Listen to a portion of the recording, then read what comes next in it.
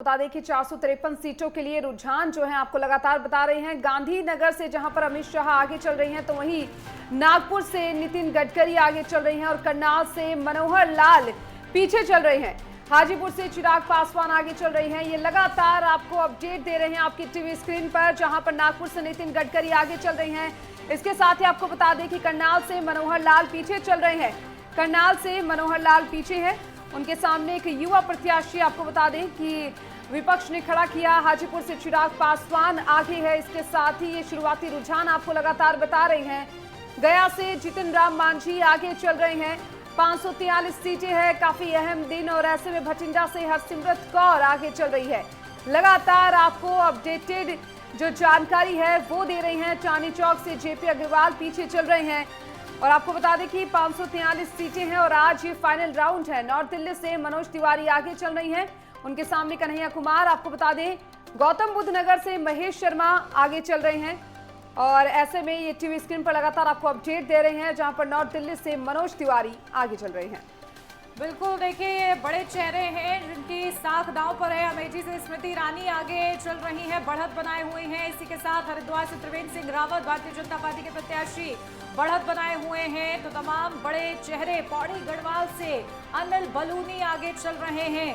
तो शुरुआती रुझान, और वाराणसी से प्रधानमंत्री नरेंद्र मोदी आगे चल रहे हैं, बीजेपी के प्रत्याशी हैं। और इसी के साथ 453 सीटों के रुझान सामने आए हैं और उन रुझानों के हिसाब से कौन सा कैंडिडेट किस सीट से आगे, ये हम आपको बता रहे हैं। गांधीनगर से अमित शाह आगे चल रहे हैं, बढ़त बनाए हुए हैं। नागपुर से नितिन गडकरी आगे चल रहे हैं और इसी के साथ अगर बात करें एक और महत्वपूर्ण सीट करनाल की, तो मनोहर लाल फिलहाल पीछे चल रहे हैं, बीजेपी की तरफ से कैंडिडेट है वो।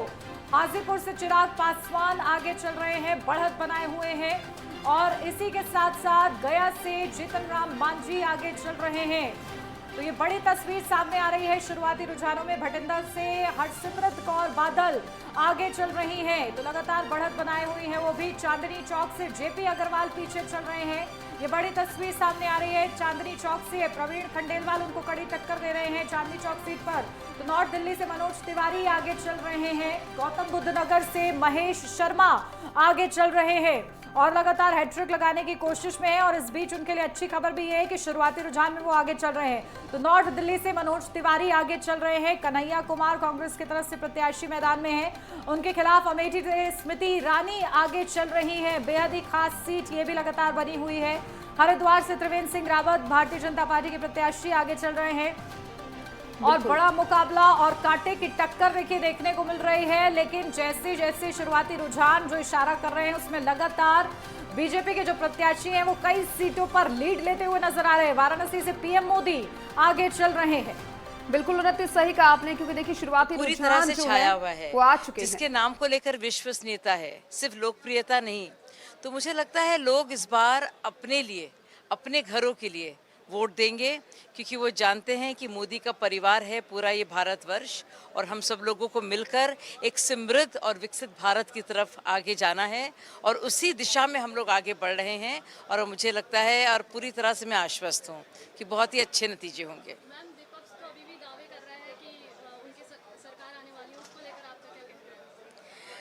देखिए, समा बांधने की कोशिश हो रही है, अभी से माहौल बनाया जा रहा है।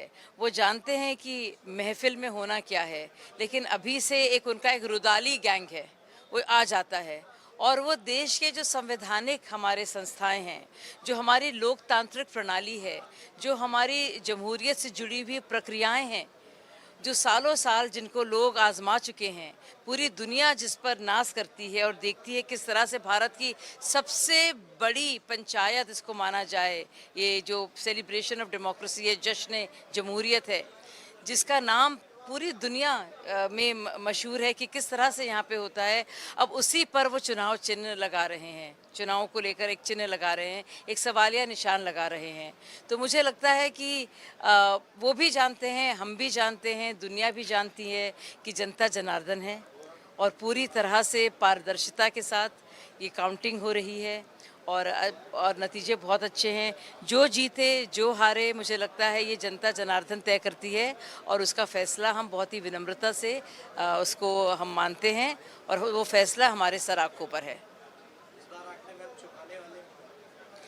मुझे लगता है कि हम सब लोगों को उम्मीद है और हम लोग जानते भी हैं, क्योंकि काम बोलता है, नाम बोलता है। और जहाँ तक हमारे प्रधानमंत्री जी हैं, जो पूरा ट्रैक रिकॉर्ड रहा है 10 साल का, विकास को लेकर, गवर्नेंस को लेकर, सुशासन को लेकर, डिलीवरी को लेकर, कमिटमेंट को लेकर, और जो प्रतिबद्धता है कि गरीबों के लिए ज़िंदगी बेहतर हो, मध्यम वर्ग के लिए ज़िंदगी और आसान हो, देश आगे अग्रसर हो, प्रगति की तरफ, समृद्धि की तरफ, मुझे लगता है पूरी तरह से लोग इसी के लिए वोट देंगे और ये बहुत ही अच्छा दिन होगा, बहुत ही शुभ और सबका मंगल होगा आज के मंगल के दिन।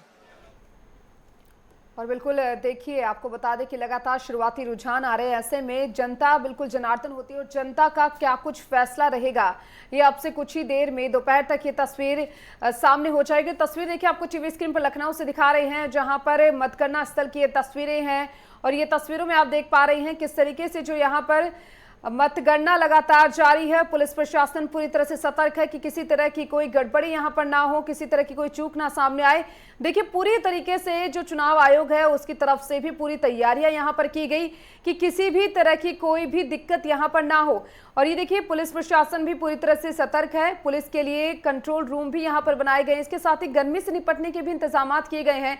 पुलिस अपनी ओर से पूरी कोशिश यहां पर कर रही है कि किसी तरह की कोई दिक्कत ना हो और यहां पर अलग अलग काउंटर बनाए गए हैं। तस्वीरों में आप साफ देख पा रहे हैं, क्योंकि देखिए आज का दिन काफी महत्वपूर्ण हो जाता है। आज फाइनल राउंड है और इस फाइनल राउंड को देखते हुए सभी पार्टियों की बात करें या पुलिस प्रशासन की बात करें या चुनाव आयोग की बात करें, सभी अपने अपने लेवल पर तैयारी सभी ने की है, सभी सतर्क नजर आ रहे हैं। और ऐसे में लखनऊ से हमने आपको ये तस्वीरें दिखाई और ये देखिए तस्वीरें लगातार, क्योंकि पुलिस प्रशासन पूरी तरह से सतर्क है और ऐसे में सुरक्षा के जो बंदोबस्त है वो यहाँ पर किए गए हैं। किस तरीके से यहाँ पर ट्रैफिक को डाइवर्ट करके ट्रैफिक व्यवस्था को भी यहाँ पर सुचारू रूप से संचालित किया जा रहा है। इसके साथ ही पुलिस जो है वो अपना काम बखूबी करती हुई नजर आ रही है और ये तस्वीरें आपकी टीवी स्क्रीन पर लगातार।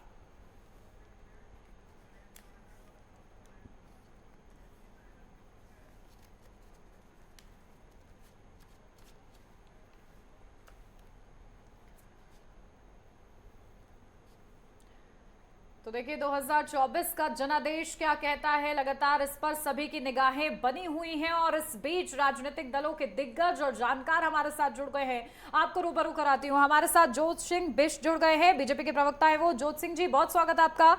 हमारे साथ गणेश पाठक, वरिष्ठ पत्रकार जुड़ गए हैं। गणेश जी, आपका भी बहुत स्वागत। डॉक्टर महेंद्र सिंह राणा, राजनीतिक विश्लेषक हमारे साथ जुड़ गए हैं। डॉक्टर महेंद्र जी, आपका भी बहुत स्वागत। और शुरुआत करती हूँ गणेश पाठक जी आपके साथ, क्योंकि शुरुआती रुझान जो सामने आ रहे हैं, एनडीए जो है लगातार बढ़त का बनाए हुए है। हालांकि शुरुआती रुझान है, लेकिन जो तस्वीर हम लोगों ने एग्जिट पोल में भी देखी, हालांकि वो एग्जैक्ट में बदलती है कि नहीं, सबकी निगाहें इस पर रहेंगी। लेकिन उत्तर भारत और दक्षिण भारत में कैसा मुकाबला आप देख रहे हैं? कौन कौन सी सीटों पर आपको लगता है कि क्लीन स्वीप हो जाएगा और कौन सी सीटों पर पेच फंस सकता है एनडीए का खास तौर से? देखिए, जो शुरुआती रुझान है जी, उन रुझानों में एनडीए को बहुमत मिल गया है।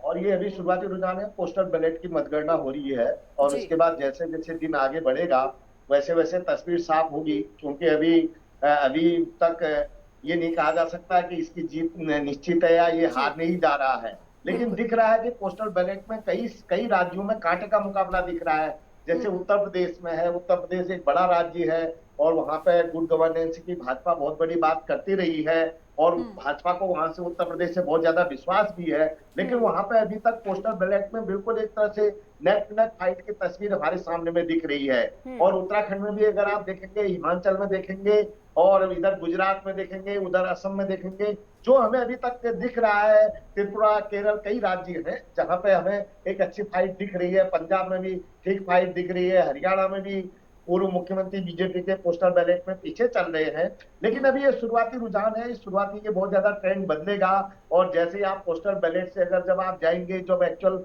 मतों की गिनती होनी शुरू हो जाएगी तो एक तस्वीर, बिल्कुल मुकम्मल तस्वीर आपके सामने में आएगी। उत्तराखंड की अभी अगर हम जब बात करें तो उत्तराखंड में केवल एक सीट पर अभी अनिल बलूनी जी पौड़ी से आगे दिख रहे हैं पोस्टल बैलेट में।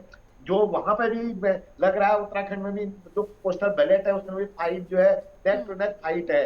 देखिए कि ये अभी शुरुआती रुझान है, हम बार बार दोहरा रहे हैं कि अभी शुरुआती रुझान है। जैसे जैसे दिन आगे बढ़ेगा, धूप ज्यादा चढ़ेगी, जून का महीना है, प्रचंड गर्मी जैसे जैसे आगे बढ़ेगी, वैसे वैसे रुझान भी थोड़े बहुत ठीक होने लगेंगे और देर करीब 4 साढ़े 4 बजे हमारे हिसाब से तस्वीर साफ आएगी। लेकिन इस चुनाव में कौन से मुद्दे हावी रहे, कौन से मुद्दे हावी नहीं रहे, किसने ज्यादा प्रभावित किया, किसने ज्यादा प्रभावित किया, ये भी हम दिन के दोपहर के बाद अगर हम इस पर विचार मंथन करेंगे तो हमें ज्यादा दिखेगा। लेकिन एक चीज जरूर है कि एक तरफा मुकाबला नहीं है, पोस्टल बैलेट में कम से कम एक तरफा मुकाबला नहीं है। देखिए ये पोस्टल बैलेट जो है ये ज्यादातर कर्मचारियों के हैं और कर्मचारियों का जो रुझान है वो ज्यादातर देखा जाता है कि सत्ता के खिलाफ जाता है जी। और कर्मचारी, इससे लग रहा है कि एनडीए से कर्मचारियों का एक वर्ग ज्यादा खुश नहीं है।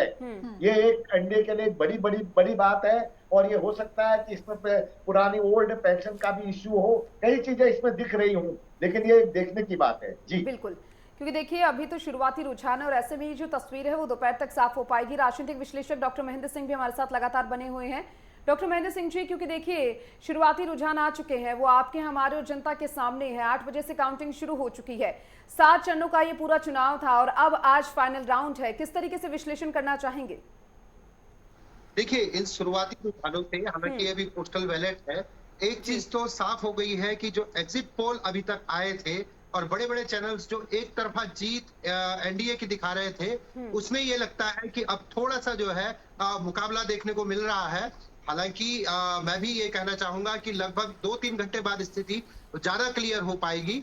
लेकिन इन रुझानों में एक चीज क्लियर है जो विपक्ष के लिए मैं समझता हूं कि एक सबक भी है कि अगर वो बिना तैयारी के, क्योंकि वो चुनाव से 1 महीने पहले 1.5 महीने पहले उनका गठबंधन बना और उसके बाद इतनी फाइट दे सकते हैं, तो अगर वो जो है भारतीय जनता पार्टी की तरह या एनडीए की तरह अपना फुल टाइम अगर वो तैयारी करते इलेक्शन की, तो हो सकता है कि ये परिणाम या ये रुझान कुछ अलग आते, कुछ और ज्यादा इसमें फाइट देखने को मिलती। अगर इन रुझानों में जो सत्तासीन जो दल है या एनडीए अगर हम कहें, उनमें और इंडिया गठबंधन में आधा आधा का भी मुकाबला हो रहा है कि वो 270 के लगभग रुझान जो है वो दिख रहे हैं और 197 इंडिया में है। इंडिया गठबंधन के पास जो है अभी तक बढ़त है। तो अगर ये पूरी तैयारी के साथ जो है चुनाव मैदान में जाते तो इसमें बहुत ज्यादा बदलाव या बहुत ज्यादा जो ये अंतर है ये और कम हो सकता था। तो मेरी तो यही मानना है कि विपक्ष अगर पूरी तैयारी से लड़ता और थोड़ा समय उसको तैयारी का वो अपने आप को देता तो ये रुझान और बदलाव हो सकते थे। अभी तक यही संकेत मिल रहे हैं कि जो जनादेश है वो पूरी तरह से वो एनडीए से खुश नहीं है, चाहे वो पोस्टल बैलेट, क्योंकि जैसे अभी मेरे पूर्व वक्ता जो है उन्होंने भी कहा कि ये सरकारी कर्मचारियों के होते हैं, गवर्नमेंट एम्प्लॉइज के होते हैं और गवर्नमेंट एम्प्लॉइज गवर्नमेंट से बहुत ज्यादा खुश नहीं होती है। लेकिन फिर भी मैं यही कहना चाहूंगा कि अगर विपक्ष की तैयारी बहुत मजबूत होती और समय से शुरू हो जाती तो ये अंतर और कम देखने को मिलता। ये मेरा कहना है। जी बिल्कुल, कांटे की टक्कर होती, वाकई आपने ये सही इशारा किया है डॉक्टर महेंद्र सिंह जी। जोत सिंह जी, आपके पास आती हूँ, क्योंकि देखिए शुरुआती रुझान है जो कि आपके पक्ष में है, लेकिन कांटे की टक्कर मिल रही है। करनाल सीट पर खासतौर से पेच फंसा हुआ है, मनोहर सिंह पीछे चल रहे हैं। देखिए आपने जो अभी बात कही, अभी मेरे दोनों जो विद्वान मित्र उन्होंने जो बात कही, मैं उसमें केवल इतना कहना चाहता हूं कि इस देश के अंदर हमारी जो लोकतंत्र की खूबसूरती है, हमारा जो लोकतंत्र का सिद्धांत है, लोकतंत्र का जो तरीका है कि सरकार चुनने का, उसमें एक इतिहास इस बार का चुनाव रचने जा रहा है कि तीसरी बार लगातार एक व्यक्ति गैर कांग्रेसी सरकार के मुखिया के रूप में प्रधानमंत्री का पद संभालने के लिए देश की जनता ने ये रुझान दिया है और उन्होंने देश को एक मजबूत नेता के हाथ में सौंपने का निर्णय लिया है। ये ठीक बात है कि रुझान शुरुआती हैं, सीटें कौन कितनी जीतेगा, लेकिन ये तो तय है, ये रुझान कहें या एग्जिट पोल के रुझान कहें या पूरे देश में चुनाव के समय जो वातावरण रहे, माननीय नरेंद्र मोदी जी के सशक्त हाथों में देश की जनता ने अगले 5 साल के लिए बागडोर सौंपने का निर्णय लिया है। उत्तराखंड की 5 सीटों पर हमारे मुख्यमंत्री पुष्कर सिंह धामी जी के जो काम है उस पर मोहर लगाने का काम किया, जो प्रधानमंत्री की नीतियां हैं उस पर मोहर लगाने का काम किया। 5 सीटों का रुझान भारतीय जनता पार्टी के प्रत्याशियों के पक्ष में है। मैं अभी सुन रहा था कि शुरुआती दौर में पौड़ी में अनिल बलूनी जी आगे हैं, हमारे साथी कह रहे थे पौड़ी को सबसे टक्कर की सीट बताया जा रहा था, हरिद्वार को सबसे टक्कर की सीट बताया जा रहा और इन दो सीटों के रुझान में हरिद्वार में त्रिवेंद्र सिंह रावत आगे हैं तो पौड़ी में अनिल बलूनी आगे हैं। ये इस बात के संकेत देते हैं कि हम उत्तराखंड की 5 सीटें जीतने जा रहे हैं। और अगर बाकी राज्यों की बात करें तो मैं आपको एक चीज बता दूं कि देश के अंदर पिछली बार भाजपा को अकेले 303 सीटें मिली थी और एनडीए गठबंधन को 353 सीटें मिली थी। इस बार जो 400 सीट का हमने नारा दिया, तो मैं आपको एक चीज बता दूं कि किसी जनता ने या किसी दूसरे व्यक्ति ने नहीं, बल्कि भारतीय जनता पार्टी के नेतृत्व ने अपने लिए लक्ष्य तय किया कि हम अपनी सरकार के कामकाज के दम पर इस बार 400 से अधिक सीटें एनडीए गठबंधन के रूप में लाएंगे और 370 सीटें भारतीय जनता पार्टी अपने दम पर लाएगी। तो जो पार्टी इस तरह से अपने पर विश्वास करके, अपने काम पर विश्वास करके अपने लिए लक्ष्य निर्धारित करती है तो उसकी जीत भी सुनिश्चित होती है और उस लक्ष्य को हासिल करने के लिए काम भी करती है। जबकि दूसरी तरफ जो हमारे इंडी गठबंधन के साथी हैं, उन्होंने जिस तरह से अभी हमारे मित्र ने कहा, डॉक्टर साहब ने, कि उन्होंने लेट से फैसला लिया, उनमें आपस में झगड़े होते हुए जब गठबंधन बन गया उसके बाद पश्चिम बंगाल में क्या हाल हुआ, पंजाब में क्या फैसला हुआ, तो ये सारी चीजें उनके अंदर जो बिखराव है, उनके तो आपसी झगड़े हैं, उसका नुकसान उनको उठाना पड़ेगा। वो ठीकरा किस पर फोड़े वो अलग बात। ठीक है ज्योत सिंह जी। गणेश पाठक जी आपके पास आते हुए, क्योंकि देखिए डॉक्टर महेंद्र सिंह ने अभी कहा कि जो विपक्ष है उसकी भूमिका कुछ खास देखने को नहीं मिली इन चुनाव में, जो तैयारी है विपक्ष की वो पूरी नहीं हुई। अगर विपक्ष थोड़ी और तैयारी करता, मजबूती के साथ तैयारी कर कर अगर मैदान में उतरता तो शायद नतीजे कुछ और होते या फिर विपक्ष के पक्ष में ये चुनाव हो सकता था। इस पर कितने सहमत हैं आप? बिल्कुल, ये बहुत सही बात है। देखिए विपक्ष का जो है बीजेपी को अगर हम देखें, इसके इस सवाल के जवाब में अगर हम भाजपा को अगर देखें तो भाजपा ये लोकसभा के चुनाव के बाद वो राज्यों के चुनावों के लिए तैयारी शुरू कर देती है, यानी कि रिजल्ट आने के बाद वो नेक्स्ट चुनाव। और देखिए इस बीच बड़ी खबर, प्रधानमंत्री नरेंद्र मोदी वाराणसी से पीछे चल रहे हैं। ये बड़ी खबर इस वक्त की हम आपको बता दें, कांग्रेस उम्मीदवार अजय राय आगे चल रहे हैं। तो ये इस वक्त की बड़ी खबर और वीवीआईपी सीट है वाराणसी, क्योंकि प्रधानमंत्री नरेंद्र मोदी वहां से लड़ रहे हैं। वाराणसी से हालांकि पीछे चल रहे हैं वो कांग्रेस उम्मीदवार अजय राय, बढ़त बनाए हुए हैं, आगे चल रहे हैं। शुरुआती रुझान में ये बड़ा झटका एनडीए के लिए समझा जा सकता है। प्रधानमंत्री नरेंद्र मोदी वाराणसी सीट से पीछे हुए हैं तो कांग्रेस उम्मीदवार अजय राय आगे चल रहे हैं। हालांकि कई राउंड की गिनती अभी बाकी है और शुरुआती रुझानों के हिसाब से ये तस्वीर सामने आई है कि वाराणसी सीट से प्रधानमंत्री नरेंद्र मोदी फिलहाल पीछे हैं कांग्रेस उम्मीदवार अजय राय से। बिल्कुल, क्योंकि देखिए शुरुआती रुझान है, लेकिन ये बड़ी खबर मानी जा सकती है बीजेपी के लिए भी।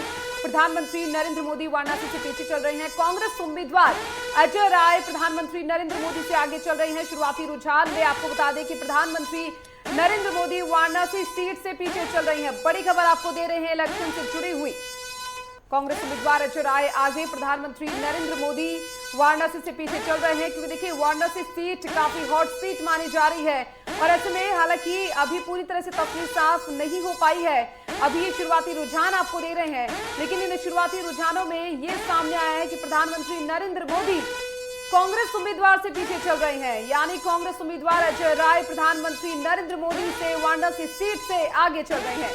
ये बड़ी खबर आपको दे रहे हैं इलेक्शन से जुड़ी हुई। ये बड़ी खबर बीजेपी को कहीं ना कहीं ये बड़ा झटका भी यहाँ पर माना जा सकता है। हालांकि देखिए हम बार बार कह रहे हैं कि अभी ये शुरुआती रुझान है, अभी जो तस्वीर है वो दोपहर तक साफ हो पाएगी कि आखिर कहां पर कौन सा उम्मीदवार जीता है, कौन सा प्रत्याशी जीत का ताज पहनता है। लेकिन इस बीच ये बड़ी खबर आपको दे रहे हैं कि कांग्रेस उम्मीदवार अजय राय आगे हैं, प्रधानमंत्री नरेंद्र मोदी वाराणसी से पीछे चल रहे हैं।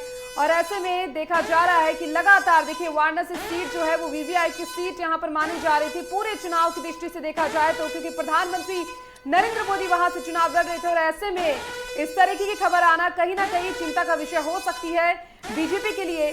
और देखिए कांग्रेस उम्मीदवार अजय राय प्रधानमंत्री नरेंद्र मोदी से आगे चल रहे हैं और भी तस्वीरें आपको लगातार दिखा रही हैं टीवी स्क्रीन पर भी, आपको बता रहे हैं कि किस तरीके से इस चुनाव में बड़े चेहरे हैं। 2024 का ये चुनाव और कितने दिग्गज चुनावी मैदान में है। गणेश पाठक जी, क्या कुछ कह रहे थे आप? और इसी बीच बड़ी खबर भी हमने हमारे दर्शकों को बताई कि वाराणसी सीट से प्रधानमंत्री नरेंद्र मोदी पीछे चल रहे हैं और जो कांग्रेस उम्मीदवार है वो आगे चल रही है। इसको लेकर भी क्या कुछ कहेंगे? आएगा वो करीब आपका 9:30 बजे के बाद आएगा। जो रुझान हमारे पास खबर है वो ये पोस्टल बैलेट में अगर प्रधानमंत्री अगर पीछे आ रहे हैं तो एक बहुत बड़ी खबर है और भाजपा के लिए एक बड़ी चुनौती है। अगर हम इस चीज को अगर पुराना जो अभी आपका सवाल था अगर उसके साथ अगर हम जोड़ के देखें तो निश्चित तौर पर अगर विपक्ष ने ये गठबंधन पहले बना लिया होता और बनाने के बाद विपक्ष अगर एक राय होता और एक राय से एक मत से और पूरी ताकत के साथ अगर चुनाव मैदान में अगर विपक्ष जाता तो देखिए कि जो इशू थे, जो देश के जो बड़े इशू थे, महंगाई का इशू था, बेरोजगारी का इशू था, जो बड़े इशू थे उन इशू पर भाजपा को घेरा जा सकता था। ये बिल्कुल निश्चित तौर पर तय है। अभी भी आप देखें कि जो हमारे पास इंफॉर्मेशन है 279 पर भाजपा है और 213 पर जो है इंडिया गठबंधन है और उत्तर प्रदेश में तो इंडिया गठबंधन आगे चला गया है और भाजपा बिल्कुल वहां पर नेक टू नेक फाइट हो रही है। जो एक बड़ा राज्य है जहां पर बिल्कुल एक अगर पीएम नरेंद्र मोदी के बाद अगर हम कोई दूसरा अगर चेहरा प्रधानमंत्री का देखते हैं तो योगी आदित्यनाथ दिखाई देते हैं। तो देखिए कि उत्तर प्रदेश में क्या हो रहा है। मतलब चाहे पोस्टल बैलेट क्यों न हो लेकिन इसमें अगर कोई अगर पीछे अगर जा रहा है तो ये बड़ी बात है। ओम बिरला भी पीछे जा रहे हैं। जो हमारे पास ताजा अपडेट है उसको ओम बिरला भी पीछे जा रहे हैं। तो देखिए कि अगर बढ़िया तरीके से अगर चुनाव लड़ा जाता और एक राय होकर अगर चुनाव लड़ा जाता तो ये चुनाव में बिल्कुल मुकाबला बढ़िया होता, निश्चित तौर पर बढ़िया मुकाबला होता। क्योंकि हालांकि शुरुआती रुझान है और ये रुझान अभी कुछ कहा नहीं जा सकता है। जैसे जैसे 2-2:30 बजेगा और उसके बाद तो एक तस्वीर साफ होगी। लेकिन ये कहा जा सकता है कि इस लोकतंत्र में कहीं पर भी कोई किसी को हराया नहीं जा सकता। ये बिल्कुल मिथक है। ये भारत में कई बार हुआ है कि आप हारते रहे हैं, जीतते रहे हैं, क्योंकि चुनाव आना है जाना है। अटल बिहारी वाजपेयी जी का जो संसद भवन में जो बयान दिया गया था 13 दिन की जब उनकी सरकार थी तो उन्होंने एक बयान को उसको मैं कोट कर रहा हूँ, उन्होंने कहा सत्ता तो आएगी जाएगी लेकिन देश के लिए, राष्ट्रीयता के लिए आपको और हमको सबको एकजुट होकर काम करने की जरूरत है। यही काम करने की जरूरत है। विपक्ष जितना ज्यादा आक्रामक या सत्ता पक्ष एक दूसरे पर जितना आरोप लगा रहे हैं, अगर इतना डेवलपमेंट के सेक्टर में, अगर गरीबी उन्मूलन के सेक्टर में, अगर अनएम्प्लॉयमेंट के सेक्टर में अगर सब लोग अगर मिलके काम करते तो ज्यादा बेहतर होता और मिलके काम करने की जरूरत है। लोकतंत्र का कि संदेश भी यही है, उसका आलोक भी यही है कि आप मिलजुल के काम करिए। दोनों को, विपक्ष को भी शैडो गवर्नमेंट कहा जाता है। तो इसलिए ये जो संदेश है, जो अभी तक का संदेश आ रहा है, ये बहुत आज का जो संदेश है, बिल्कुल देखिए जनादेश का जो भी संदेश हो उसे समझना बहुत ज्यादा जरूरी है, स्वीकारना भी जरूरी है। बिल्कुल ठीक है। जोत सिंह जी, इस पर एक रिएक्शन आपका चाहती हूँ, उसके बाद महेंद्र जी का रुख करूंगी। क्योंकि देखिए आप लोग ये समझ रहे थे काशी में मुकाबला एक तरफा है, आप लोग ये कह रहे थे कि हमें बस जीत का मार्जिन बढ़ाना है, लेकिन शुरुआती तौर पर ही सही अजय राय आगे निकल रहे हैं। क्या रिएक्शन देंगे इस पर? खेज खबर जो आपके चैनल पर आ रही है कि प्रधानमंत्री जी बनारस में कांग्रेस प्रत्याशी से पीछे, इससे एक बात तो साफ हुई कि कांग्रेस के नेता जयराम रमेश ने जिस तरह से केंद्रीय गृह मंत्री अमित शाह पर आरोप लगाए थे कि साहब 150 डीएम से बात करके उनको जो है कि प्रभावित करने का प्रयास किया, वो खबर झूठ साबित हो गई। इस तरह से विपक्ष और जिस तरह से वो अपने कार्यकर्ताओं को चिट्ठी लिख करके इकट्ठा होने की बात कर रहे थे, तो उनके षड्यंत्र का ये पर्दाफाश हो गया कि वो सत्ता पक्ष पर गलत आरोप लगा करके देश की जनता को चुनावी हार के डर से गुमराह करने का प्रयास कर रहे थे। अगर किसी किस्म का कोई गड़बड़ी होती तो फिर जो खबर आप सुना रहे हैं वो खबर आपकी टीवी स्क्रीन पर नहीं दिखाई देती। पहली बात यह है। दूसरी बात यह है कि हमारे दोनों मित्र कह रहे हैं कि साहब चुनावी रुझान का जो असली पता 2-2:30 बजे के बाद चलेगा, तो आप इस बात का विश्वास रखिए, प्रधानमंत्री नरेंद्र मोदी बनारस की अपनी सीट पर पिछले बार की तुलना में इस बार और अधिक मतों से जीत हासिल करेंगे। ये अभी पहले चरण की गिनती भी नहीं हुई, अभी तो ईवीएम मशीन खुलनी है, उसकी गिनती शुरू होनी है, उसके बाद अंतिम आंकड़े आएंगे। लेकिन शुरुआती रुझान जिस तरह के आ रहे हैं तो ये तो मुश्किल से 1-2% वोट जो पोस्टल बैलेट का है, कर्मचारियों का है, विकलांग उसका, बुजुर्गों का है, वो उस वोट की गिनती हो रही है। जब मशीन खुलेगी उसके बाद जो रुझान आएंगे तो उसके बाद सही स्थिति पता चलेगी कि हमने जो अपने लिए 400 का आंकड़ा तय किया था, हम उसके कितने नजदीक आ रहे हैं या नहीं आ रहे हैं, तो तब इस पर चर्चा होगी। लेकिन एक बात तय है कि देश की जनता ने तीसरी बार प्रधानमंत्री के रूप में नरेंद्र मोदी जी को सत्ता सौंपने का जो फैसला लिया है, वो फैसला अपनी जगह पर परिणाम के रूप में आने वाला है। बिल्कुल, क्योंकि देखिए लगातार ये शुरुआती रुझान है, अभी कुछ भी क्लियर नहीं हो सकता, जो तस्वीर है वो अभी क्लियर नहीं हो पाएगी। आपके पास आऊंगी डॉक्टर महेंद्र जी, क्योंकि देखिए हमने आपको बताया कि लगातार तस्वीरें सामने आ रही है करनाल से, जहां पर मनोहर लाल पीछे चल रहे हैं, और ऐसे में अब वाराणसी से भी एक खबर सामने आई है कि प्रधानमंत्री नरेंद्र मोदी पीछे चल रहे हैं और जो कांग्रेस उम्मीदवार हैं वो आगे चल रहे हैं। आपका क्या कुछ रिएक्शन रहेगा इसके ऊपर?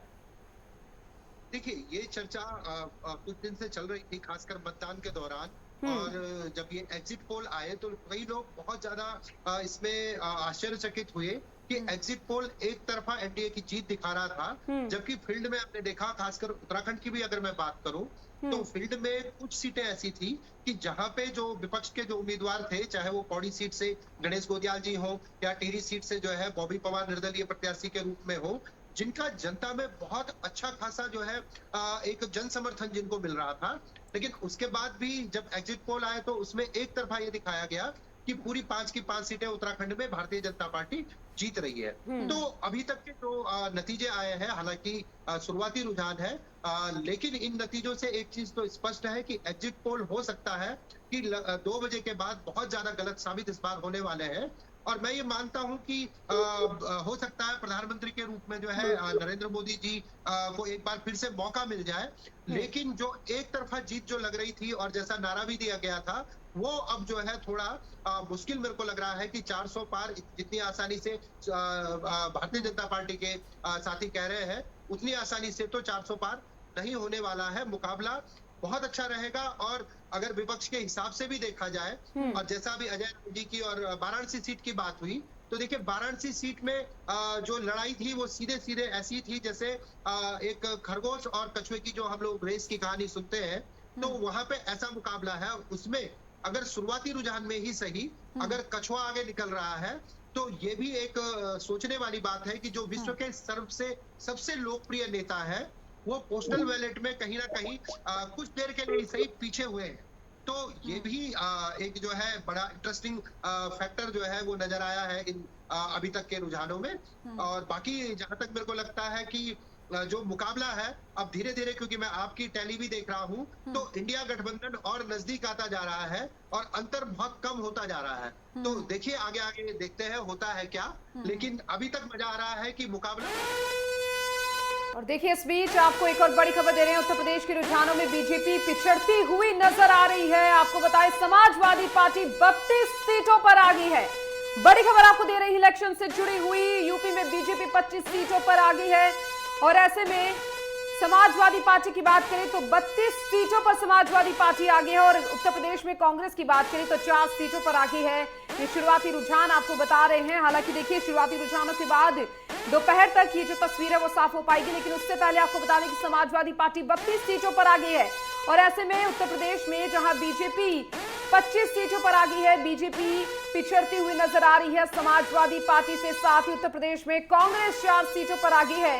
ये शुरुआती रुझान आपको बता रही हैं, क्योंकि देखिए उत्तर प्रदेश एक अहम राज्य माना जाता है। 80 सीटें हैं उत्तर प्रदेश में और देश की राजनीति में अहम योगदान रहता है, और ऐसे में समाजवादी पार्टी की 32 सीटें पर वो आगे चल रही है, इसके साथ ही बीजेपी 25 सीटों पर आगे चल रही है, तो कहीं ना कहीं बीजेपी के लिए चिंता का विषय हो सकता है।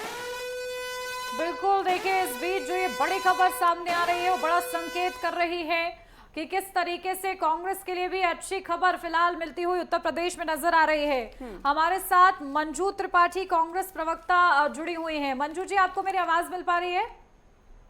हाँ, बिल्कुल बिल्कुल बिल्कुल जी मंजू जी, देखिए शुरुआती तौर पर ही सही, लेकिन थोड़ी सी राहत, खुशी भरी खबर आप लोग के लिए भी है। क्या कहेंगे, आज नतीजों का दिन है?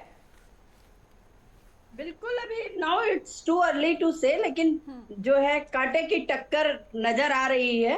और इस बार मैंने जैसे कि हर चैनल के माध्यम से हमेशा कहती आ रही हूँ कि नेक टू नेक फाइटिंग होगी, जो है एक तरफा रिजल्ट नहीं आएगा। जनता बहुत त्रस्त हो चुकी है, महंगाई, बेरोजगारी, अग्निवीर जैसी योजना से जनता जो है त्रस्त है। तो इसलिए जो है आप देखिए आगे क्या होता है। It's too early to say anything, let the result come. बिल्कुल, देखिए सही कहा आपने कि आप बहुत देख जल्दी रहे हैं होगा कुछ भी कहना, उत्तर क्योंकि प्रदेश में देख जी। रहे हैं कि काफी आगे चल रही है, एसपी आगे चली, इंडिया गठबंधन को अच्छा रिजल्ट साबित कर रहे हैं हर जगह जो है कुछ ना कुछ जो है। लेकिन बीजेपी जो देखिए आप अभी बनारस में ही देखिए, चाहे आप कछुआ कहिए चाहे कुछ भी कहिए, लेकिन काम करने वाले लोगों को जो है मोदी जी से लोग ट्रस्ट आ चुके हैं। इसलिए आप देख ही रहे हैं, आगे तो रिजल्ट बताएगा, जब तक स्थिति क्लियर होगी तो देखते हैं। बिल्कुल, देखिए जो नतीजे हैं वो तो शाम को घोषित कर ही दिए जाएंगे और लगातार शुरुआती रुझान भी हम बता रहे हैं। ज्योत सिंह बिष्ट जी आपके पास आऊंगी, क्योंकि देखिए शुरुआती रुझान में अगर उत्तर प्रदेश की बात करें, क्योंकि देश की राजनीति में उत्तर प्रदेश एक अहम रोल रखता है, और ऐसे में उत्तर प्रदेश में अब शुरुआती रुझानों में सामने आ रहा है कि बीजेपी पीछे चल रही है और समाजवादी पार्टी 32 सीटों से आगे चल रही है। इस पर क्या कुछ कहेंगे आप? देखिए, आपने जो कहा अभी शुरुआत में, जब हम पोस्टल बैलेट की गिनती कर रहे हैं तो उसमें प्रधानमंत्री जी भी एक जगह पीछे हो गए, वो अपनी सीट पर, और उसके अलावा जो ओवरऑल है पूरे देश के अंदर 281 पर एनडीए आगे है, तो 223 पर इंडी गठबंधन आगे है, और अदर्स में 21 हैं। तो ये कुल मिलाकर के जो पहला लक्ष्य होता है किसी भी राजनीतिक दल का या किसी भी गठबंधन का, कि देश के अंदर सरकार किसकी बनेगी, हम उस लक्ष्य के नजदीक हैं अपने विरोधी पार्टियों से। पहली बात है। दूसरी बात है कि उत्तर प्रदेश के जो अभी रुझान आपको दिखाई दे रहे हैं, अगले 1 से 2 घंटे में रुझान बदलेंगे, और भारतीय जनता पार्टी पिछली बार जो सीटें हमने हासिल की उस सारे लक्ष्य को पुनः वापस हासिल करके उत्तर प्रदेश में सबसे बड़ी पार्टी के रूप में उभर करके सामने आएगी। उत्तराखंड की 5 सीटों पर हम स्वीप करेंगे, और उसके अलावा बहुत सारे ऐसे राज्य हैं जहां कांग्रेस अपना खाता नहीं खोल पाएगी। उत्तर प्रदेश में जो 4 सीटों पर आप कांग्रेस की बढ़त दिखा रहे हैं, आपको उत्तर प्रदेश के 400 पोस्टल बैलेट ही सही है, पोस्टल बैलेट ही सही है, उसी से पूरे देश का चुनाव का फैसला हो जाएगा मंजू बहन। उसी से पूरे देश के चुनाव का फैसला हो जाने वाला है क्या पोस्टल बैलेट से? जो जनता ने 64 करोड़ लोगों ने मतदान किया है, उस 64 करोड़ के मतदान का फैसला जब आएगा तो आपको सारी चीज साफ दिखाई देगी। अभी शुरुआती रुझान से आप जो सोच रहे हैं, थोड़ी देर के लिए खुश हो सकते हैं, खुश हो लीजिए, कोई दिक्कत नहीं है, लेकिन जो असली फैसला है ये तय है कि एनडीए की सरकार बनने के साथ साथ जो पिछली बार का आंकड़ा था हम उससे आगे बढ़ रहे हैं, हम 400 के आसपास रहेंगे। ठीक है, चलिए, ये विश्वास आप इतना दिखा रहे हैं और लगातार अभी भी 400 सीटों के पार का जो ये विश्वास है आपका बना हुआ है शुरुआती रुझान देखने के बाद भी। ठीक है डॉक्टर महेंद्र सिंह जी, देखिए सियासत में विश्वास अपनी जगह है, दावे अपनी जगह है, लेकिन जो रुझान है, और क्योंकि आज काउंटिंग का दिन है, किस तरीके का मुकाबला ये आप देख रहे हैं और नतीजों में जो बदलती हुई तस्वीर नजर आ रही है वो कितनी चिंता भरी बात हो सकती है, कितनी राहत की बात हो सकती है, क्या फिलहाल आपको लग रहा है? देखिए, चिंता भरी बात तो एनडीए के लिए है ही, क्योंकि मुझे इस समय ये रुझान देख करके एक एग्जांपल मैं आपको देता हूं कि जब हम लोग पढ़ते थे तो वहां 2 टाइप के बच्चे होते थे। एक वो बच्चे जो साल भर रेगुलर पढ़ाई करते थे और उसके बाद वो 80% 90% मार्क्स लाते थे, और कुछ बच्चे ऐसे होते थे जो 1-2 रात या एग्जाम से कुछ समय पहले पढ़ करके और 60% के आसपास मार्क्स लाते थे। तो मुझे लगता था कि या ये लड़के ज्यादा इंटेलिजेंट हो सकते थे अगर ये रेगुलर पढ़ाई करते। वही इस समय स्थिति नतीजों की दिख रही है, और मैं बार बार ये कह रहा हूं कि जिस हिसाब से एनडीए या खासकर भारतीय जनता पार्टी की चुनाव के लिए तैयारी रहती है, उसके मुकाबले अगर इंडिया गठबंधन को देखा जाए और ये अगर रिजल्ट देखे जाए तो ये बहुत ज्यादा चौंकाने वाले नतीजे हैं। और अगर इनमें से देखिए, अगर 20-25% का फ्लक्चुएशन भी आता है और उसके बाद लगभग ये नतीजे रहते हैं, तो ये इंडिया गठबंधन के लिए एक हिसाब से बहुत उत्साहजनक परिणाम होंगे। और सत्ता तो देखिए एक ही उसकी आनी है, या तो एनडीए की आएगी या इंडिया की आएगी, लेकिन अगर मजबूत विपक्ष भी बनता है तो ये भी हमारे लिए, क्योंकि पिछले 2 उसमें हमने देखा कि विपक्ष जो है मजबूत नहीं था, और विपक्ष क्योंकि हमेशा जनता का रिप्रेजेंटेशन होता है, और वो अगर संसद में पार्लियामेंट में कमजोर होता है तो जनता कमजोर होती है। तो अगर ये रुझान भी रहते हैं और सत्ता अगर जो है भारतीय जनता पार्टी की भी आती है, तो एक मजबूत जनतंत्र के लिए या जनता के लिए बहुत उत्साहजनक होगा कि इंडिया गठबंधन मजबूती से जो है पार्लियामेंट में विपक्ष का रिप्रेजेंटेशन करे। और ये हमारे लिए और लोकतंत्र की मजबूती के लिए एक बहुत शुभ संकेत है अगर ये अंतर भी रहता है। हालांकि अभी कुछ समय में और क्लियर हो जाएगा और बहुत सारे ऐसे राजनीतिक विश्लेषक जिनकी ग्राउंड पर बहुत अच्छी पकड़ है, मेरी जब उनसे बात होती थी तो उनका कहना यही था कि इस समय का मतदाता साइलेंट मतदाता है, बहुत स्पष्ट अपने आप को नहीं उभार करके सामने ला रहा है और साइलेंट मतदाता हमेशा एक किलर का काम करता है। बिल्कुल। मैं आपसे एक उदाहरण देना चाहता हूँ। 2004 की बात, जब अटल बिहारी वाजपेयी जी हमारे प्रधानमंत्री थे और बहुत पॉपुलर प्रधानमंत्री थे और उस समय इंडिया शाइनिंग का नारा चला कि हम लोग जो है इंडिया शाइनिंग कर रहा है और एनडीए जो है बहुत दोबारा से जो है सरकार में आएगी, देश की जनता बहुत ज्यादा खुश है। लेकिन उस समय भी वोटर साइलेंट था और ये पता नहीं चल रहा था कि किस किस बात से नाराज है, लेकिन बिल्कुल सत्ता परिवर्तन हो गया और उस समय जो है जो इंडिया गठबंधन है, एनडीए गठबंधन है, वो हार गया था। तो कुछ ऐसे संकेत भी मुझे अभी शुरुआती रुझानों में लग रहे हैं कि कहीं वो पुनरावृत्ति ना हो जाए। बिल्कुल महेंद्र सिंह जी, क्योंकि देखिए सभी पार्टियों के अपने अपने दावे हैं, सभी अपनी अपनी ओर पर पूरी कोशिश करते हुए यहाँ पर नजर आए। 7 फेज का ये चुनाव हुआ। गणेश पाठक जी आपके पास आते हुए, क्योंकि देखिए सभी ने अपने अपने दावे किए, सभी ये जो पूरा चुनाव हुआ है लोकसभा 2024 का चुनाव, इसमें सभी ने नारे दिए, इसके साथ ही बयानबाजी भी लगातार की गई। इस पूरी पॉलिटिक्स से, इस चुनाव को लेकर जो पूरी पॉलिटिक्स हुई है उसको लेकर क्या कुछ समझते हैं?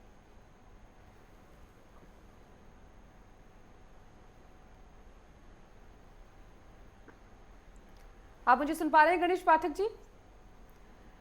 तो चलिए इनसे संपर्क करेंगे कुछ ही देर में। हमारे साथ मंजू त्रिपाठी कांग्रेस से जुड़ी हुई हैं, क्योंकि देखिए लगातार अगर कांग्रेस की बात की जाए, अगर उत्तर प्रदेश में जहां कांग्रेस 4 सीटों से आगे चल रही है, तो वहीं कई और भी ऐसे राज्य हैं जहां पर कांग्रेस की ठीक ठाक स्थिति अभी देखने को मिल सकती है। शुरुआती रुझानों की बात करें, इसको किस तरीके से देखती हैं आप? मिल सकती नहीं, मिलेगी। जो हमारे देखिए अभी तो शुरुआती रुझान आए हैं, नेता हैं जिन्होंने अपने पैरों के छाले की परवाह नहीं की, नफरत की जगह मोहब्बत की दुकान खोली, न्याय यात्रा निकाली, तो जनता अब जागरूक हो रही है। इनकी जो नियत और नीति से त्रस्त आ चुकी है। ठीक है, जैसा भी होगा, लेकिन बहुत ही बेटर रिजल्ट आएगा, ये मुझे पूर्ण विश्वास है। इंडिया गठबंधन जो है बिल्कुल अच्छा, हर जगह देखिए आप, उत्तर प्रदेश जहां पर कोई उम्मीद नहीं कर सकता था, वहां 32 सीटों पर आगे चल रही है। अभी तो आप देखिए, अब ये सब सारी स्थिति क्लियर होगी जब पूरा रिजल्ट आ जाएगा। लेकिन जितनी मेहनत की गई है, हमारे नेता राहुल गांधी जी ने दिन रात पैदल यात्रा की, कोई हवाई जहाज की यात्रा नहीं की है, कोई अपने लिए हवाई जहाज नहीं बनाया है उन्होंने पैदल यात्रा की है, न्याय की यात्रा की, न्याय यात्रा की है, मोहब्बत की दुकान, जन जन के नेता बने हैं, वो जन जन के बीच में गए हैं और उन्होंने ये नफरत छोड़ो भारत जोड़ो का नारा दिया है। तो कहीं ना कहीं यूथ जो है समझता है, देश के लोग समझते हैं, जुमलेबाजी से लोग त्रस्त हो चुके हैं, बेरोजगारी से, मैं बार बार कह रही हूँ, महिलाएं परेशान है, यूथ परेशान है, तो बताइए खुश कौन है? कुछ पूंजीपति मित्र ही खुश हैं। तो उन्होंने, राहुल जी बार बार कह रहे हैं कि मैं 20 लोगों को अरबपति नहीं बनाऊंगा। बिल्कुल, देखिए किस तरीके से लगातार मुकाबला तो खास है ही। जोत सिंह जी आपके पास आती हूँ, क्योंकि जिस तरीके से मंजू जी भी जिक्र कर रहे हैं कि लगातार वो बढ़त के साथ आगे बढ़ रहे हैं और बड़ी उम्मीद है, उन्होंने मोहब्बत की दुकान का जिक्र किया, न्याय यात्रा का जिक्र किया, तो देखिए कोशिश तो की गई है, लेकिन क्या आप लोग को लगता है कि जितना ज्यादा कॉन्फिडेंस आप लोग रख रहे हैं उतना ज्यादा क्लीन स्वीप की स्थिति रहेगी? क्योंकि जो शुरुआती रुझान है और जो आंकड़े हम लोग देख रहे हैं, कांटे की टक्कर इंडिया गठबंधन देता हुआ नजर आ रहा है। देखिए, मैं डॉक्टर महेंद्र जी की बात से सहमत हूँ कि भारतीय जनता पार्टी सरकार में होने पर या विपक्ष में होने पर, दोनों स्थिति में, अगर सरकार में होती है तो जनता के जो काम सरकार के द्वारा किए जाने चाहिए उनको करने के साथ उन पार्टी का जो संगठन है वो संगठन के माध्यम से जनता के बीच में लगातार रह करके सरकार के कामों की, सरकार की उपलब्धियों को जनता के बीच में पहुंचाने के साथ अपने चुनावी तैयारी में लगे रहते हैं। तो दूसरी तरफ जो हमारा इंडिया गठबंधन है उसका आपस में कुनबा जिस तरह से बनता और बिखरता है और जिस तरह से उनमें आपस में बयानबाजी होती है, तो वो अपने आप में एक साफ संकेत है कि वो देश की सत्ता चलाने के लिए नहीं बल्कि अपने को स्थापित करने के लिए सारी रणनीति बनाते हैं। ये तो जनता का उनको आशीर्वाद है कि जो रुझान दिखाई दे रहे हैं वो जनता का आशीर्वाद है, उनका अपना प्रयास कुछ नहीं। मैं आपको एक चीज बता दूं, प्रधानमंत्री जी की उम्र 73 साल है, वो 206 रैलियां करते हैं, 23 से ज्यादा रोड शो करते हैं, 82 साक्षात्कार देते हैं। उसकी तुलना में जो राहुल गांधी अपने को इंडी गठबंधन का नेता मानते हैं कि नहीं मुझे नहीं मालूम, वो केवल 100 जनसभा पर अटक जाते हैं। तो उससे जो कर्मशीलता का सवाल है, देश की जनता वोट देने के लिए किसी पार्टी को नहीं चुनती बल्कि सबसे पहले देखती है कि किस तरफ कौन लीडर खड़ा है, उस लीडर के हिसाब से अपने वोट का फैसला करती है। तो प्रधानमंत्री नरेंद्र मोदी जी ने और हमारे मुख्यमंत्री पुष्कर सिंह धामी जी ने देश में और प्रदेश में अपने को एक जिम्मेदार लीडर, एक सशक्त लीडर बन करके दिखाया है। उसका परिणाम है कि उत्तराखंड में हम 5 सीट पर जीत हासिल करने जा रहे हैं और देश में हम तीसरी बार भाजपा की एनडीए गठबंधन की सरकार बनाने की दिशा में मजबूती से आगे बढ़ रहे हैं। बिल्कुल, देखिए ये तो शाम होते होते ही पता चल पाएगा कि आखिर कौन किस पर भारी पड़ता है, कौन जीत हासिल करता है। डॉक्टर महेंद्र जी, क्योंकि देखिए लगातार राजनीतिक पार्टियां अपने अपने दावे करती हुई यहाँ पर नजर आई। ये जो पूरा चुनाव हुआ, कई तरह की बयानबाजी भी यहाँ पर देखने को मिली है। मुद्दों की बात करें तो कौन सा मुद्दा सबसे ज्यादा प्रभावी आपको नजर आया इस पूरे चुनाव को देखते हुए? देखिए, ये बहुत अच्छी बात इस चुनाव में रही कि विपक्ष थोड़ा बहुत जो जनता के मुद्दे थे उनको पकड़ने में, उनको भुनाने में कामयाब रहा।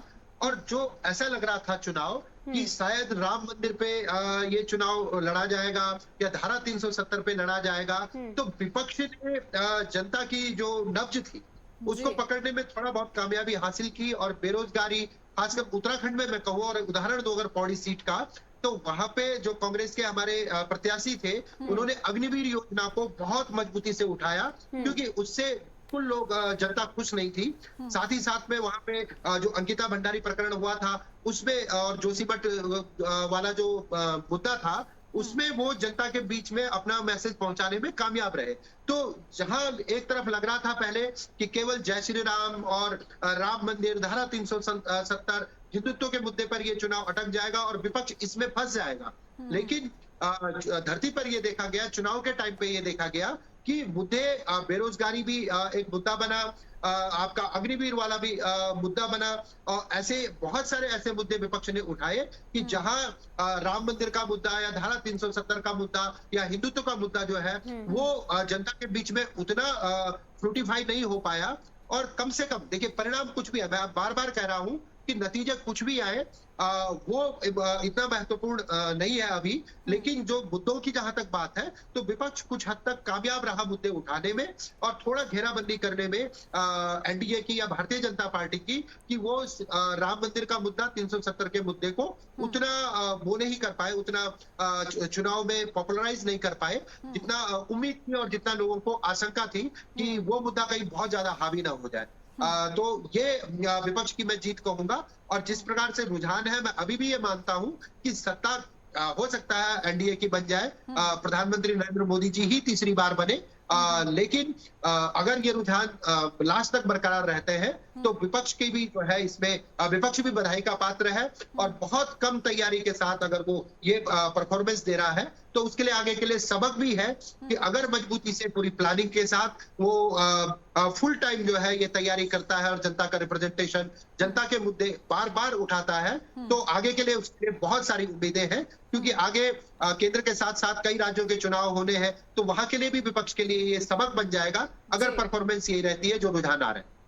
बिल्कुल, वाकई देखिए रुझान काफी कुछ संकेत कर रहे हैं और जैसा कि आप कह रहे हैं कि काफी संदेश भी दे रहे हैं। तो अभी एकदम अपडेटेड आंकड़ों का जिक्र करूं तो 293 पर एनडीए है और इसी के साथ 214 पर इंडिया गठबंधन है। तो ये जो स्थिति बनी हुई है, कहीं ना कहीं महेंद्र जी एक बार फिर से आप ही से सवाल है, क्योंकि बहुमत का आंकड़ा तो पार हो रहा है, आंकड़े को छूते हुए लगभग नजर आ रहे हैं, लेकिन इसी के साथ क्योंकि ये कहना प्रधानमंत्री नरेंद्र मोदी का कि हमारे रिश्ते जो है सभी दलों के साथ बहुत अच्छे हैं, ये क्या संकेत देता है, ये कितनी मजबूती रखता है इस लोकतंत्र में? क्योंकि हम लोगों ने देखा है कई बार सरकार बनाने के लिए किस तरीके से वजूगत जो है लगाई जाती है। ऐसे में इसका क्या संकेत? लौटूंगी आपके पास। इस बीच बड़ी खबर, उत्तर प्रदेश के रुझानों में बीजेपी पिछड़ी है, ये बड़ी खबर है और बीजेपी के लिए झटका भी। इंडिया गठबंधन 42 सीटों पर आगे चल रहा है।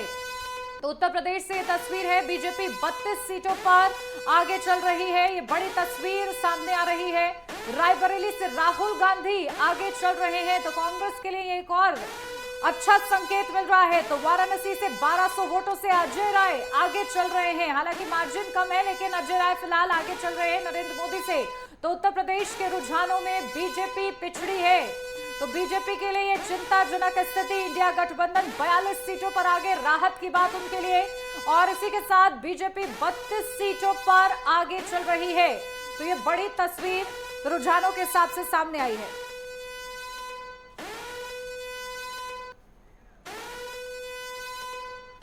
बिल्कुल,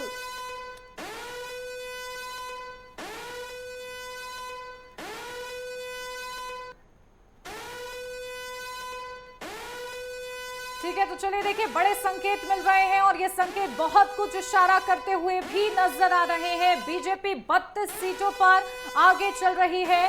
जो उत्तर प्रदेश की स्थिति है वो फिलहाल हम आपको बयां कर रहे हैं। रायबरेली से राहुल गांधी आगे चल रहे हैं, ये कांग्रेस के लिए एक अच्छा संकेत माना जा रहा है। वाराणसी जो कि वीवीआईपी सीट है, 1200 वोटों से अजय राय कांग्रेस के प्रत्याशी आगे चल रहे हैं। तो उत्तर प्रदेश के रुझानों में भारतीय जनता पार्टी पिछड़ी है, ये बड़ी तस्वीर निकलकर सामने आ रही है। इंडिया गठबंधन 42 सीटों पर आगे बढ़त बनाए हुए है लगातार। हमारे साथ एक और खास मेहमान जुड़ गए हैं, आपको रूबरू करा देती हूँ। सुरेंद्र कुमार, भारतीय जनता पार्टी के प्रवक्ता, हमारे साथ जुड़ गए हैं। सुरेंद्र जी, बहुत स्वागत आपका। देखिए, जो तस्वीर निकलकर सामने आ रही है, बहुमत का आंकड़ा तो आप लोग छू रहे हैं, लेकिन चिंताजनक बात यह है कि कांग्रेस कई सीटों पर लीड लेती हुई नजर आ रही है, उत्तर प्रदेश में खास तौर से।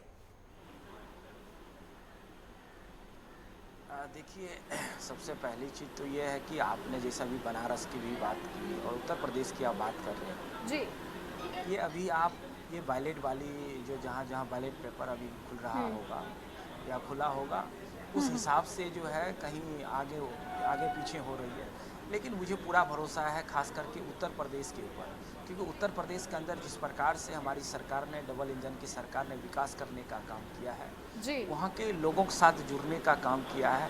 और ख़ास करके उत्तर प्रदेश के अंदर जिस प्रकार से माननीय प्रधानमंत्री मोदी जी का एक लगाव रहा है, मुझे नहीं लगता है कि उत्तर प्रदेश में अब जैसे जैसे ये रुझान आगे बढ़ता जाएगा, जैसे जैसे ये स्थितियाँ मतलब क्लियर होता जाएगा, आप देखेंगे कि ये सारी जो है जिस प्रकार से आपने देखा होगा कि 1 तारीख को जो रुझान भारतीय जनता पार्टी के पक्ष में आया था, उसको कन्वर्ट उसमें होता जाएगा।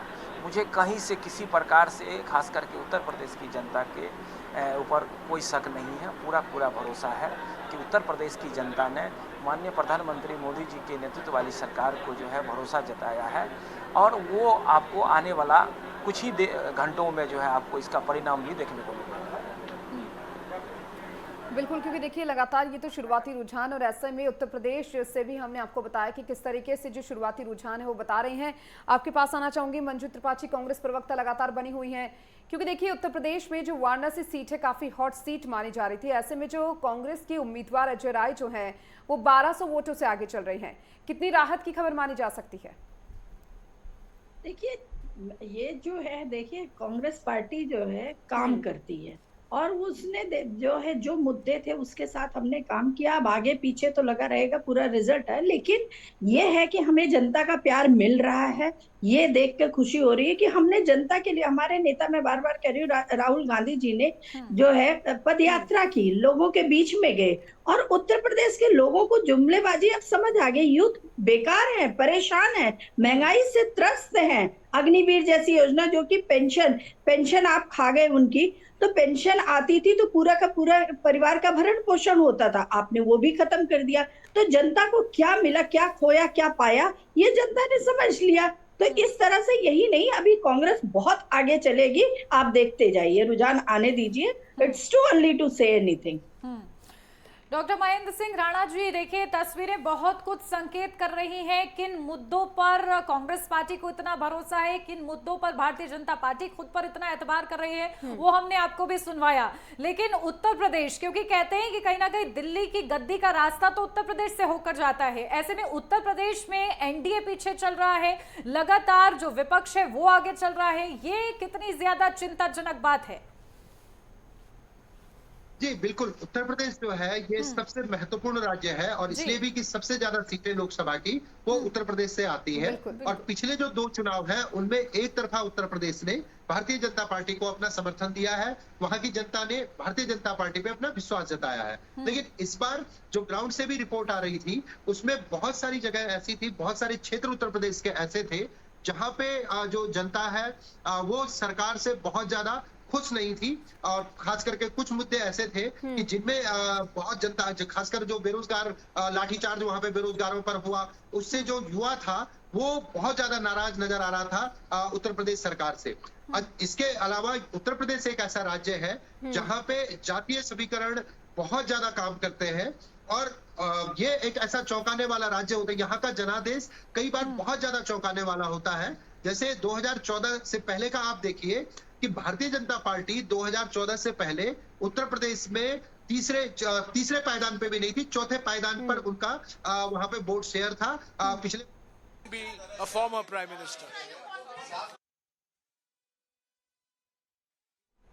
तो देखिए लगातार कहीं ना कहीं विपक्षी खेमे में अभी भी हलचल मची हुई है और शुरुआती तौर पर भी जिस तरीके से आरोप लगाए गए थे, लेकिन अब रुझान कहीं ना कहीं उनके पक्ष में आते हुए भी नजर आ रहे हैं। तो कितना भरोसा इस पर रहता है ये देखना महत्वपूर्ण रहेगा। महेंद्र सिंह जी, आप अपनी बात पूरी कर सकते हैं। तो 2014 से पहले जहां भारतीय जनता पार्टी चौथे पायदान की पार्टी थी, वो अचानक 2014 में उत्तर प्रदेश की जनता उनको नंबर 1 पार्टी बना देती है और बहुत ज्यादा मार्जिन से जो है यूपी से जो है वो सांसद जो है भारतीय जनता पार्टी के जिताती है। तो उत्तर प्रदेश की, मैं ये कह रहा था कि उत्तर प्रदेश की जनता हमेशा एक सरप्राइज एलिमेंट का काम करती है और कई बार वहां पे अंडर करंट जो चल रहा होता है उसका अंदाजा बड़े बड़े पॉलिटिकल जो एक्सपर्ट हैं वो भी नहीं लगा पाते हैं।